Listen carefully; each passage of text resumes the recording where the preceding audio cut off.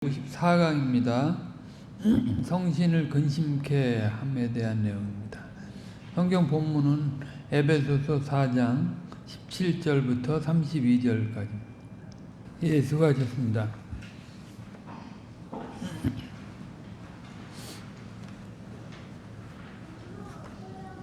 성신을 근심케 한다.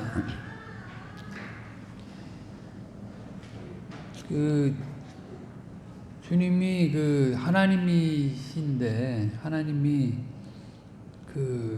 슬퍼하시고 근심하신다 하는 표현, 이런 것은 신인 동성론적인 표현으로 우리가 이해할 수 있습니다.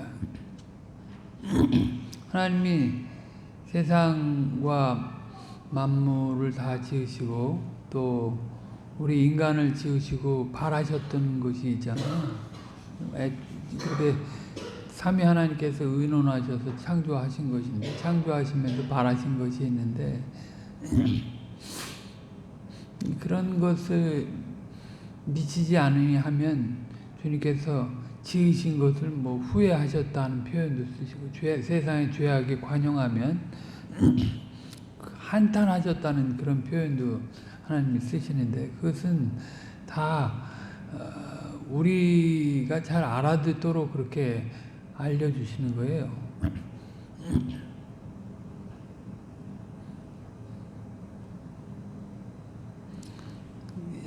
이제 구약의 성신께서 내주하지 않을 때, 구약의 주님께서 이스라엘 백성들을 감찰한다고 하실 때에는 위에서 하감하시고 권고하신다는 그런 표현을 썼는데, 신약에서는 이제 성신을 보내시고 내주하시면서 성신께서 근심하신다 하는 그런 표현을 쓰십니다.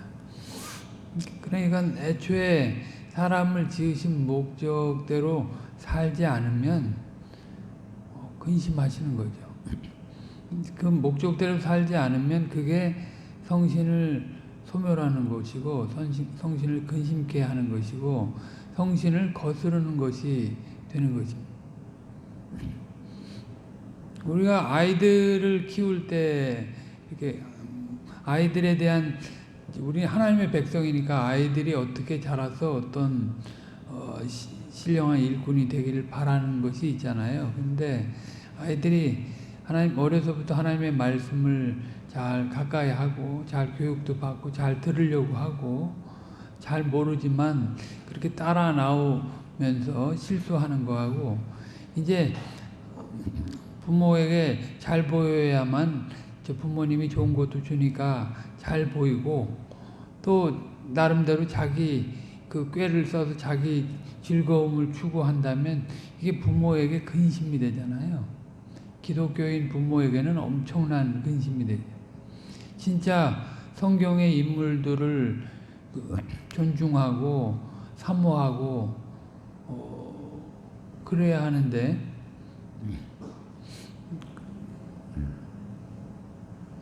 그렇지 않고 세상을 탐하고 먹는 것도 탐하고 육체의 정욕대로 살려고 하면 그리스도인 부모가 자식에 대해서 갖는 마음이 엄청 슬프고 근심스러운 것입니다. 그러니까 하나님께서 그리스도 안에서 이루신 일이 우리를 새 사람으로 만들어서 그 충만한 데까지 인도해 가시는 것인데, 이제 그것을 향해서 자신을 전체로 드린 존재로서 진짜 옛사람은 죽고 새 사람의 품성을 따라서 살기를 바라야 주님이 근심하시지 않는 거예요. 분명히 그리고 우리는 사실 핑계할 수 없는 게, 우린 죄인이고 주님이 죄인을 위해서, 하나님이신 주님이 사람이 되셔서 죄인들을 대신해서 고통받으시고, 죄인들을 대신해서 이제 율법을 순종하시고, 죄인들을 대신해서 십자가에 죽기까지 헌신하셨잖아요. 우리가 사람만 보면 사실은 그 하나님이 많이 화가 나실 것인데, 하나님으로서. 근데 중보자로서 그 일을 하러 오셨으니까 이제 하나님과 소통하면서 기도하고, 그리고 오직 그 제자들이 떨어지지 않도록, 시험 들지 않도록 기도하시면서 그 모든 구속의 경륜을 이루는 일을 하셨죠. 그리고 이제 우리의 또 의를 위해서 하늘에 높이 되셔서, 부활하시고 하늘에 높이 되셔서 약속하신 대로 성신을 보내셔서 우리를 애초에 목표하신 그런 새 사람으로서, 재창조된 새 사람으로서 그 하나님과 같이 되는 수준으로 우리를 이끌어 가시기를 바라시는 것인데, 그걸 위해서 이제 우리가 모든 지혜를 주시고 성신의 능력을 힘입게 하신 거잖아요. 그러면 그 은혜를 아는 사람이면 그 은혜에 연합해서 이제 그리스도와 세례를 받은 사람이라면, 그리스도 안에서 세례를 받은, 그리스도와 합하여 세례를 받은 사람이라면 이제는 이전 것은 지나갔으니 보라 새 것이 되었도다 하고, 이제는 누가 뭐라고 해도 하나님, 삼위 하나님이 원래 창조하신 목적대로 그 자신이 그 하나님이 내신 은혜의 방도를 쫓아서 자신의 일생을 경영하죠. 그리고 이전에 가졌던 그런 옛사람의 구습, 그런 것들을 철저히 죽은 걸로 여기고, 여전히 신학적으로는 여기서 절대 이제 김홍전 목사님이 그 신학적으로 얘기를 안 하십니다. 사람이라고 성경적으로 표현한 것에 대해서. 그러면 이 사람이 예수를 믿고 나서는 두 본성인가? 두 성향을 가지고 있는 건가? 그런 거 얘기 안 하시고 성경에서 말하는 사람이라는 표현을 가지고 얘기하시는 거죠. 그 구속사를 염두에 두고, 또 구속사에서 이루어진 일을 염두에 두고, 그렇게 사람이라는 표현을, 사람이라고 하는 것은 그 총체적으로 전 인격을 써가지고 자기 됨됨이를 나타내는 존재 아니에요? 그러니까 그런 그리스도 안에서 새 사람, 아담 안에서 옛 사람, 그렇게 그 내용들을 염두에 두고 이제 그리스도께서 그 새 사람을 힘있게 하셨으니까 그 새 사람을 따라서 살기를 원하십니다. 그리고 그 모든 방도 세례를 통해서 그 일을 이루게 하시고, 주님과 세례를 통해서 이제 교회에 연합돼 가지고 주님과 동행하면서 그 일을 이루게 하신 거잖아요. 그리스도와 함께 존재에서나 사역에서나 그 세 사람의 성격을 확실하게 드러낸, 그렇게 해도 우리는 구조적인 악속에 놓여 있고, 또 사단의 미혹이 있고, 또 우리의 아담 안에서 받았던 그리스도 이전에 그 생활의 품성들이 존재하고 있기 때문에 그것을 제어하지 않고는 사실은 불가능한 거죠. 무법주의자와 같이 주님이 은혜로 다 해놓으셨다고 하고 자기는 아무것도 안 하는 그런 이상한 신앙인이 안 되려고 하고요. 그건 주님이 기뻐하시지 않고, 주님이 아직 근심하는 일이니까. 그리고 또 자기 스스로 할 수 없다는 거, 전적으로 부패했고 전적으로 무기능하다 하는 걸 안다고 하면서 실제는 강작을 해서 신앙생활을 하면 다른 사람한테 요구하고, 강작으로 요구하고, 자기도 강작하고, 그러면 그 율법주의자 같이 되는 거 아니에요. 그렇게 되면 주님께서 밝히 보여주신 그 은혜의 도리에서 다 떠나게 되는 거니까 그것도 성신께서 근심하게 되는 거예요. 우리는 사실 이렇게 핑계하면서 이 정도 하면 되지 뭐 나도 사람인데 인간인데 죄인은 인간인데 이 정도 하고 이 정도 헌신하면 되지 그렇게 말할 수 있는 사람이 아무도 없어요. 왜냐하면 하나님이신 분이 나를 위해서 죽으셨기 때문에 이 만유의 대주제이시고 만왕의 왕이신 만유보다 더 크신 그분이 나를 위해서 그야말로 티끌만도 못하고 벌레만도 못하고 짐승 같은 짐승보다 일반적인 짐승도 좀 덕성 있는 짐승은 좀 낫죠. 짐승만도 못한 상태에서 그렇게 우리를 구원하셨기 때문에 그러면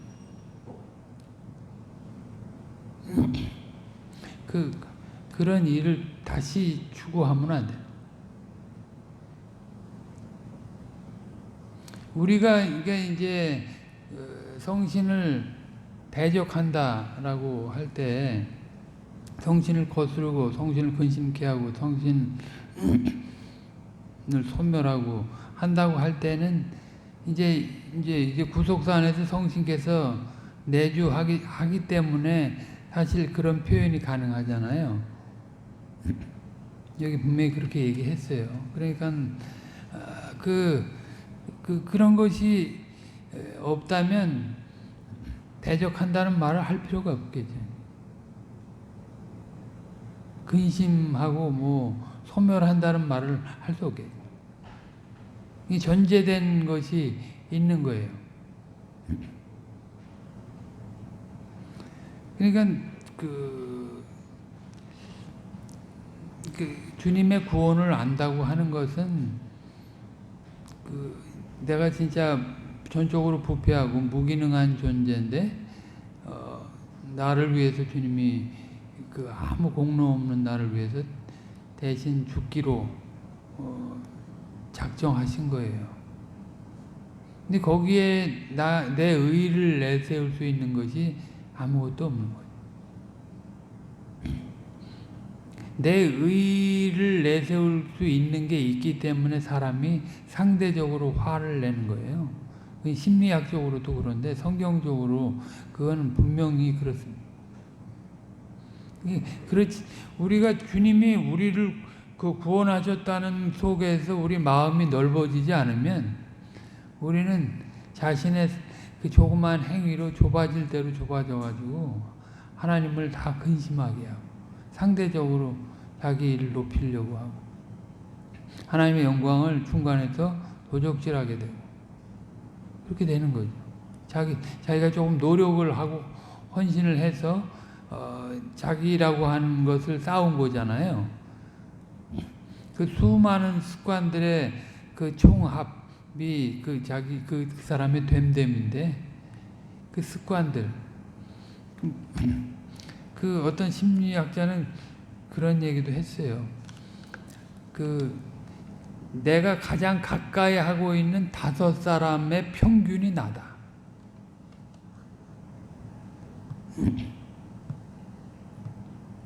일반적으로 얘기하는 거예요. 일반적으로. 내가 제일 가까이 하고 있는 사람, 시간을 많이 들이고, 물질을 많이 들이고, 그 사람들, 핵심적으로 제일 많이 만나는 5사람의 평균이 나다. 일반적으로 그렇습니다. 근데 우리는 여기 이제 뒷부분에도 나와 있지만, 전적으로 자신을 다 드린 존재로서 시작하지 않으면 그것이 중고품을 암만 갈고 닦아도 중고품인 거죠.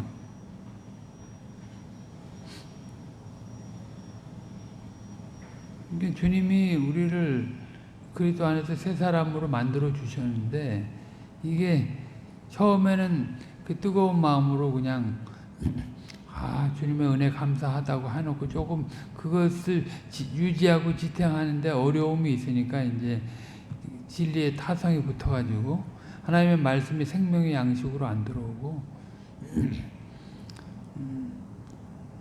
나에게 들려주시는 말씀으로 안 들어오고 그냥 귓전으로 스쳐 지나가고 그렇게 되면 이제 그 욕심이 속에서 발동이 돼가지고 교회 안에서 무슨 지위를 누리려고 하고 대접을 받으려고 그게 이제 다 옛사람인데 그러면 주님이 진짜 근심하시는 거예요. 그 전체로 그리스도 안에서 세례를 받았다고 하는 의미, 그리스도 안에서 구원을 받았다고 하는 의미가 그냥 간단하게 예수 믿고 천당 가는 정도로 이해할 것이 아니고 이제 하나님과 같이 나를 만드시려고 나를 스스로 못하니까 하나님과 연합시키셔서 내 손발을 다 그 주장하셔서 일하게 하시는데 내가 그걸 억어해가지고 내가 육신대로 살려고 하니까 주님이 얼마나 고통스럽고 슬퍼하게 되고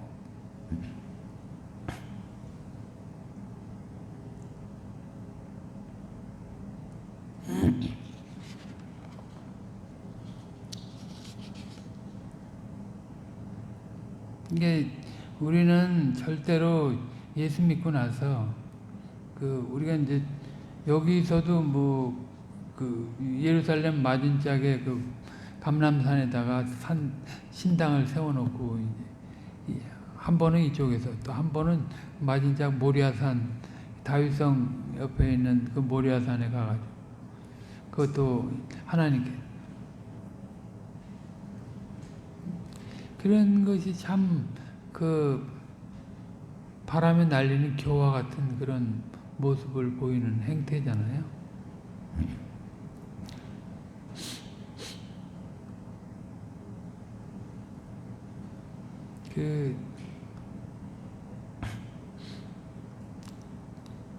세상 사람들은 이렇게 진즉하게 주님의 구원을 알고 진즉하게 다른 사람을 높이고 쫓아갈 대상으로 삼고 또 진즉하게 이렇게 살질 않아요. 철저히 시기하고 눌러가지고 나를 드러내려고 하죠.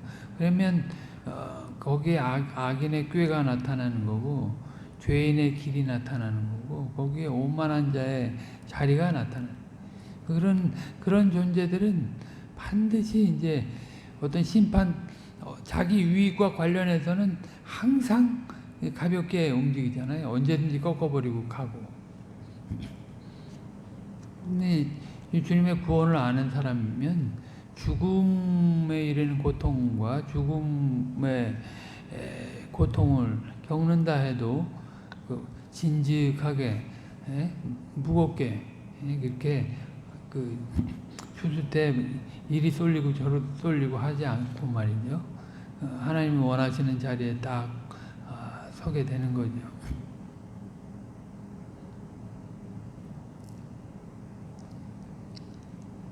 그러니까 이제 하나님도 섬기고 내 배도 불리고 하는 일은 없습니다. 혹 이제 한시적으로 자기가 노력을 해서 하나님이 허용을 해가지고 배부를 수는 있겠지만 그건 한시적인 거죠. 아무것도 누릴 게 없습니다.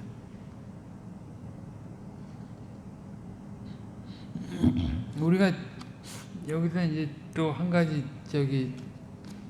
확실하게 말씀하시는 것은 우리가 하나님의 나라 백성으로 날마다 주님의 음성을 들으면서 살아가는 그것이 쉽지는 않다고 명백하게 그렇게 금방 손에 잡히는 것처럼 이렇게 쫙 주어져 가지고 그렇게 나아가지는 못한다고. 그렇지만 내가 성신의 소욕으로 사는가 육신의 소욕으로 사는가 이거는 식별할 수 있다고. 예? 그러니까 그 성신의 소욕으로 살면 참 주님이 기뻐하시는 것이고 또 주님의 백성들이 기뻐하는 거지. 상대적으로 나라고 하는 것이 없어졌으니까 이제 옛사람 그리스도 안에서 자기를 절대 높은 마음에 두면 안 됩니다. 그렇게 되면 이제 악인들의 그 특징이 이 복잡하고 험악한 세상이니까 어떻게든지 내 편을 많이 만들어서 나를 보호하고 안위하려고 하는 거잖아요. 악인들의 특징이. 그러려면 그렇지 않은 자기 뜻에 안 맞는 사람들은 다 쳐내고 그렇게 밀어내버림. 근데 이제 의인들은 그 예수님도 그렇고 스데반도 그랬지만 자기를 향해서 그 자기의 유익을 굳지 않고 오히려 악인들에게 불쌍한 마음을 갖는 거잖아요. 불쌍한 마음을 갖는 거예요. 저건 이제 내 편 아니야 하고 쳐내고 내 안위를 도모하는 게 아니라 저 불쌍한 마음을 갖고 기도를 하는 거예요. 주님의 궁유를 바라고. 주님이 그런 마음으로 우리를 대하여 주셨으니까 우리가 그런 마음으로 선으로 악을 이긴다는 게 그런 것입니다. 그런 사람들이 새 사람의 성격을 발휘하고 살아가는 내 편 아니면 다 쳐내고 그건 악인들이 그렇게 하는 거예요. 그러면 이제 주님 앞에 심판받을 때 다 날아가고 마는 거예요.